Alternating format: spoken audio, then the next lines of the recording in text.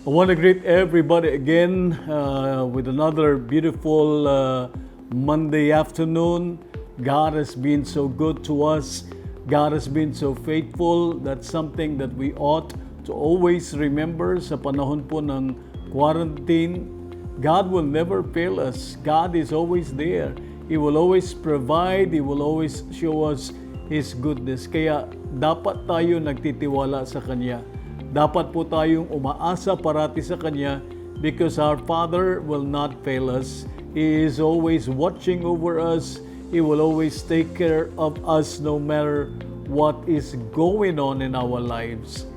And for this matter, tayo po ay nag-aaral sa Psalm chapter 1. We've been studying about Psalm chapter 1 for several days. And we've been talking about living the life of the blessed man. And we have been learning a lot of things about this will of God for everybody. So Psalm chapter 1, starting sa verse 1, and then we will read up to verse 6. We will finish the whole thing this day. So sa verse 1, blessed is the man. This is the opening of this psalm. And remember, this is the first chapter of the book of Psalm. And the first line is, blessed is the man. And I think that is what Psalm, the entire Psalm, is always teaching us, that we can always live under the blessings of God. So balik po tayo, blessed is the man who walks not in the counsel of the ungodly, nor stands in the path of sinners, nor sit in the seat of mockers or scornful, but his delight is in the law of the Lord, and in his law he meditates day and night. He shall be like a tree planted by streams or rivers of water, that brings forth its fruit in its season, whose leaf also shall not wither, and whatever he does shall prosper. And just I've said last time that there is a shift here. So verse 4, the ungodly are not so, lochen reshaim, but are like the chaff which the wind drives away.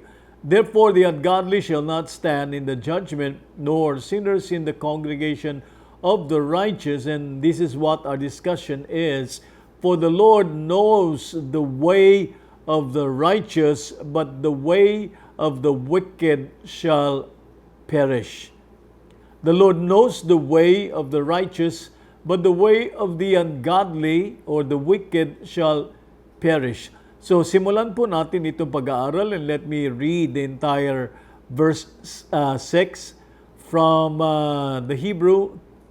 And it goes, Ki Yudiyah Yehovah derek tzadikim, Vederek Rashaim to Ved. Yes, for the Lord knows the way of the righteous, but the way of the wicked shall perish. So let's divide this into two, and let's talk about the first part. The Lord knows the way of the righteous. And by the way, what we find here is are two directs or two ways. There is one way and there's another way. The first way is the way of the godly, and the other one is the way of the wicked. So we are looking at two ways being contrasted or compared against each other. So firstly, the Lord knows the way of the righteous. Ki Yodeya derek tzadikim.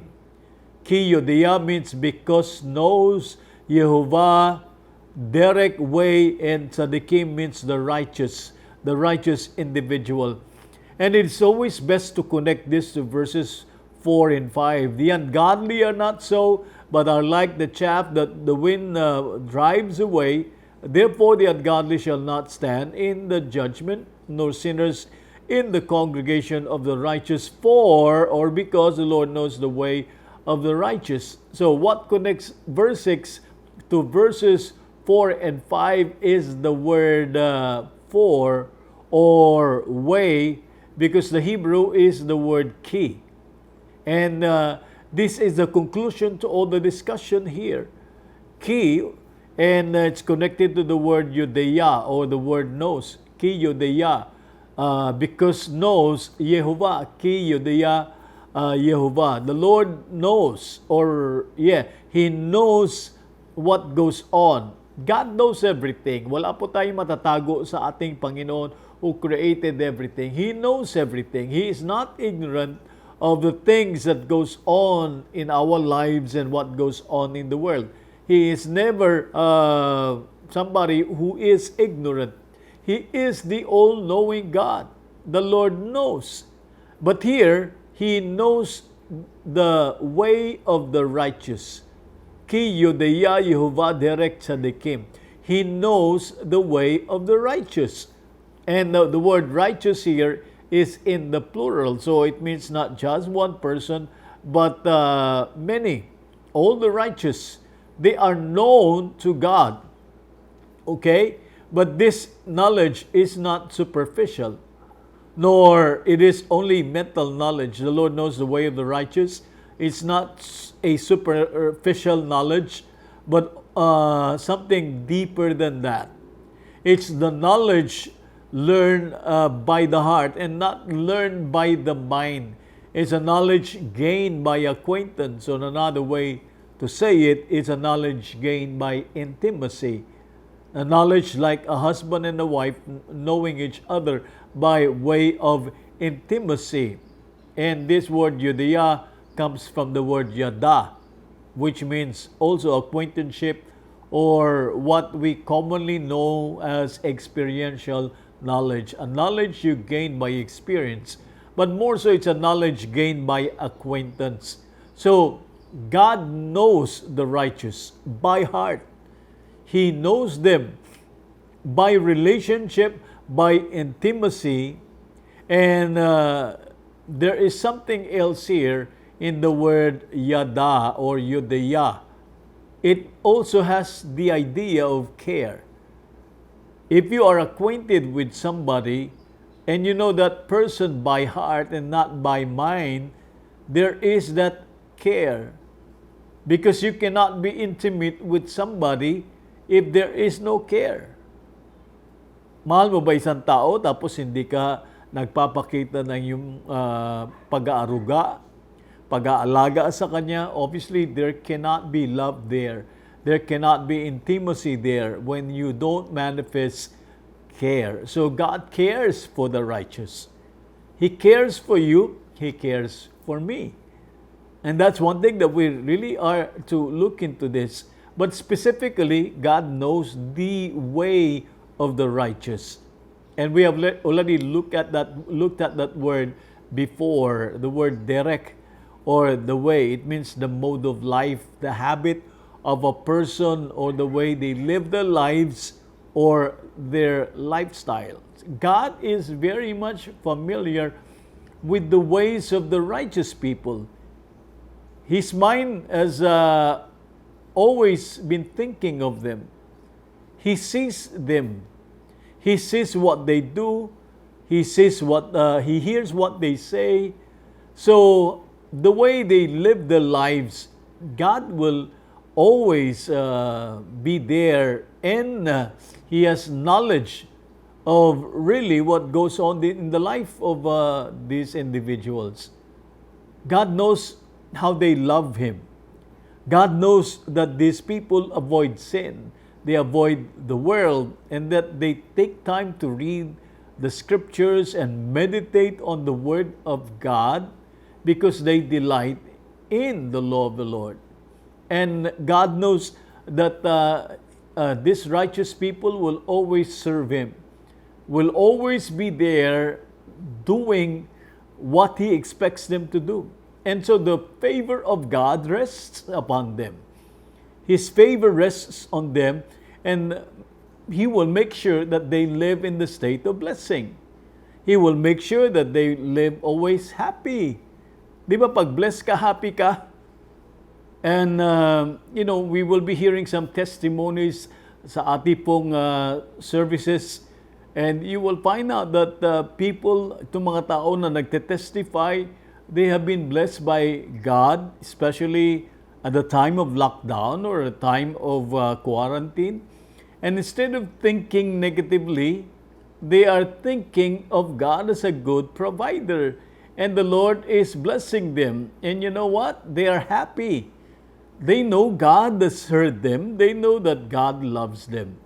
So tayo, if you know that you're loved by God, won't you be happy?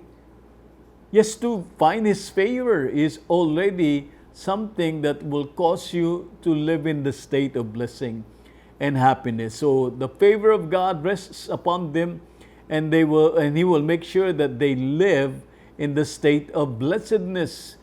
And the Lord will make sure that they are like well-nourished, a transplanted tree over the streams of water, and that they are always yielding its fruit in season, and their leaves, they never wither or fade. So, this is what God knows about us.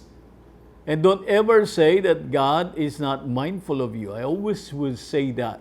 Psalm 8:4, God is mindful of us, mindful of every one of us. But let's move on and let's see the next half of verse 6.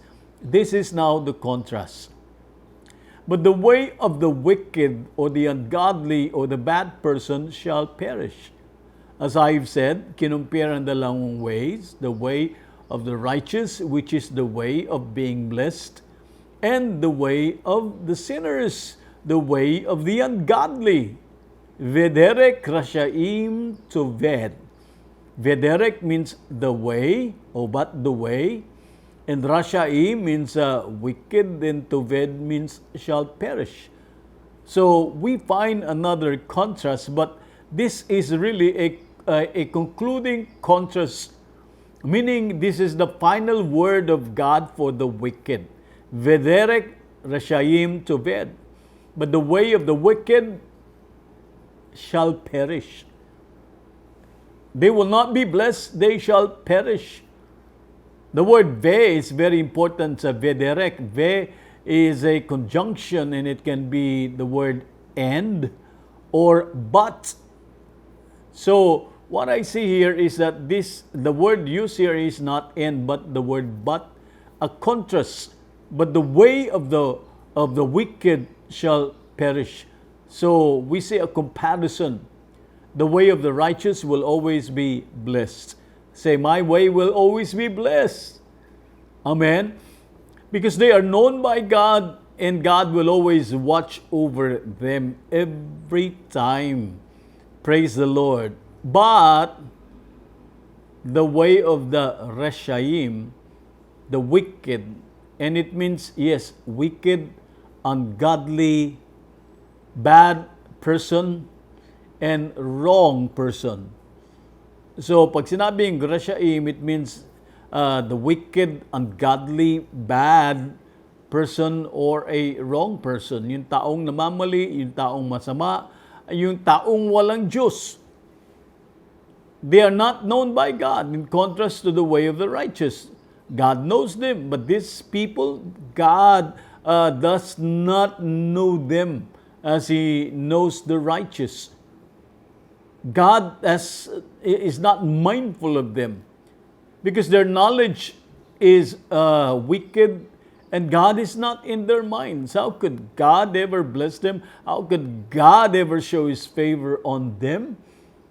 How can God know them by way of acquaintanceship? Wala silang relasyon sa Diyos. God does not know the way of these people the way He knows the righteous. So they are living the wrong way. They are living the bad way, not the good way.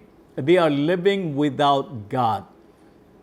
And you know, the destiny, according to verse 6 of these Rashaim, that's plural, they shall perish. Instead of being blessed, they shall perish. Hebrew is toved.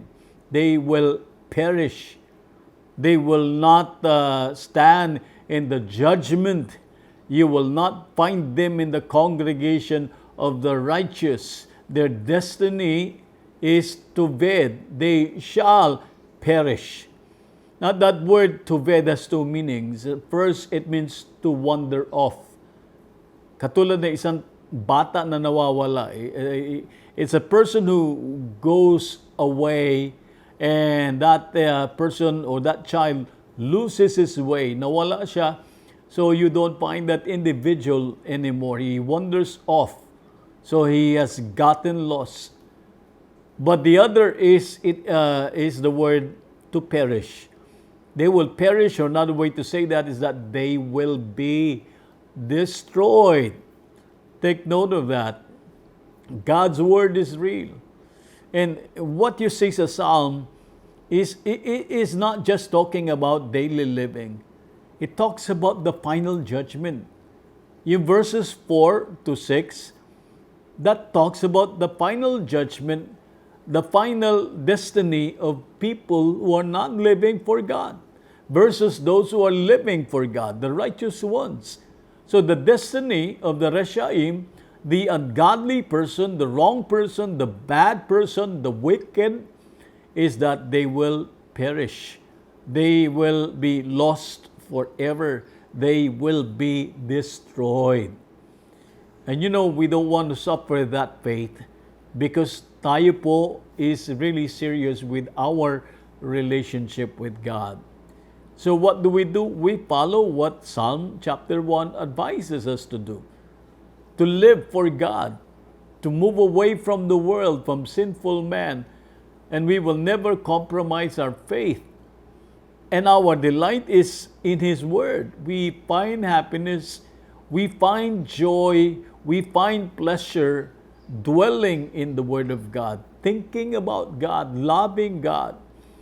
So, this is the reason why on Judgment Day, they will not be found because they will not be elevated, they will be brought down.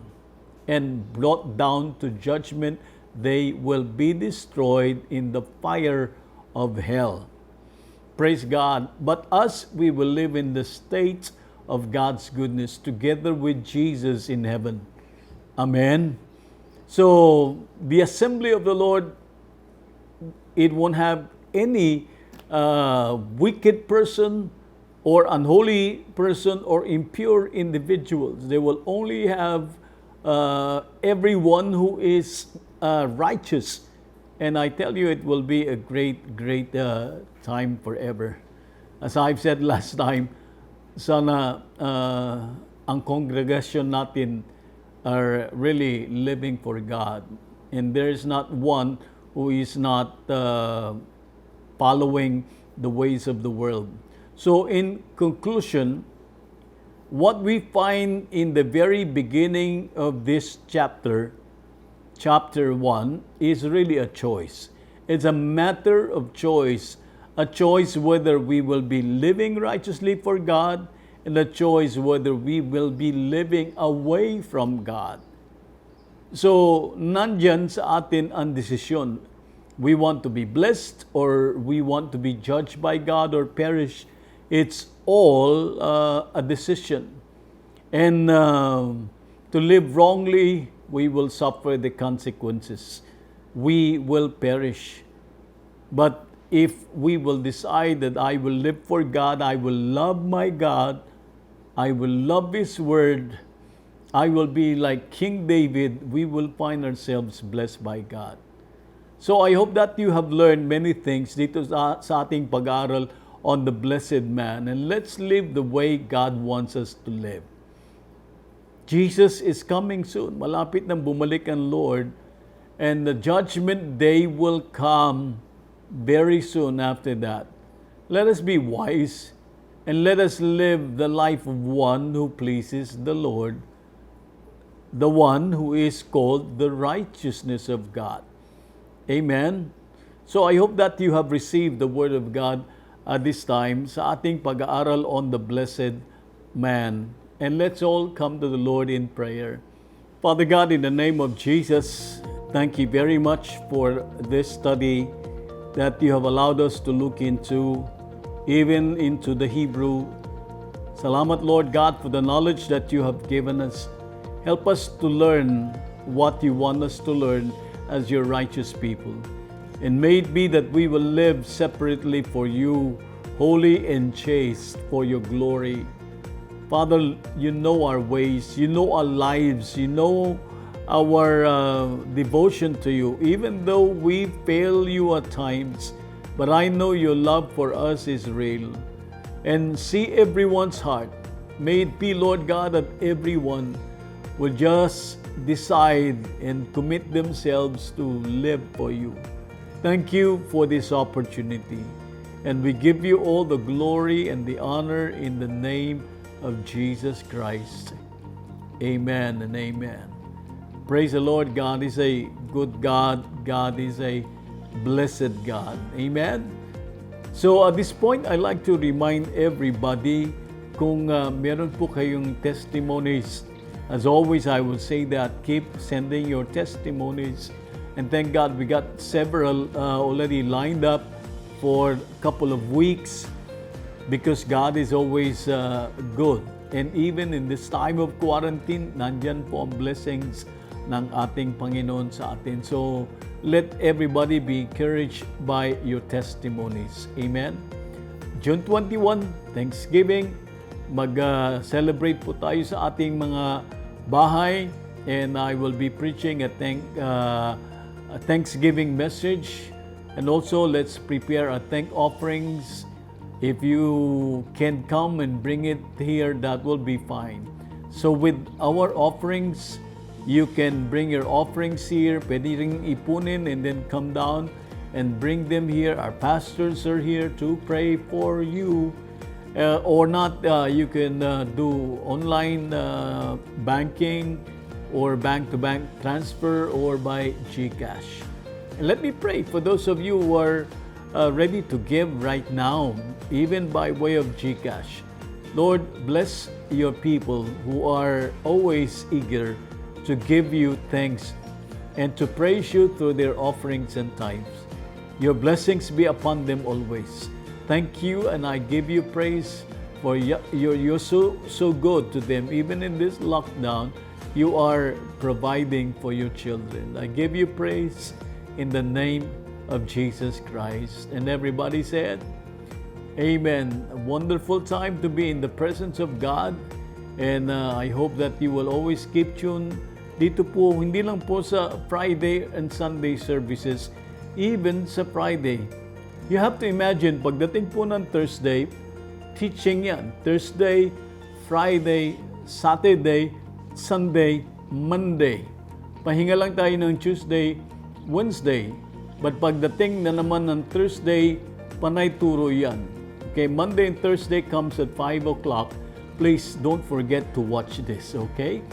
So let's lift up our hands for the final prayer and the benediction. Heavenly Father, we thank you for all that we have learned, for your goodness and your love. May this be something that will grow in our hearts and our spirits. Bless your people always. And may Jehovah bless you and keep you. May Jehovah make his face to shine upon you and be gracious unto you. May Jehovah lift up his countenance upon you, and may he grant you his peace in Jesus' name. Amen and amen. Well, praise God. The Lord's blessings be upon us all. And once again, shalom.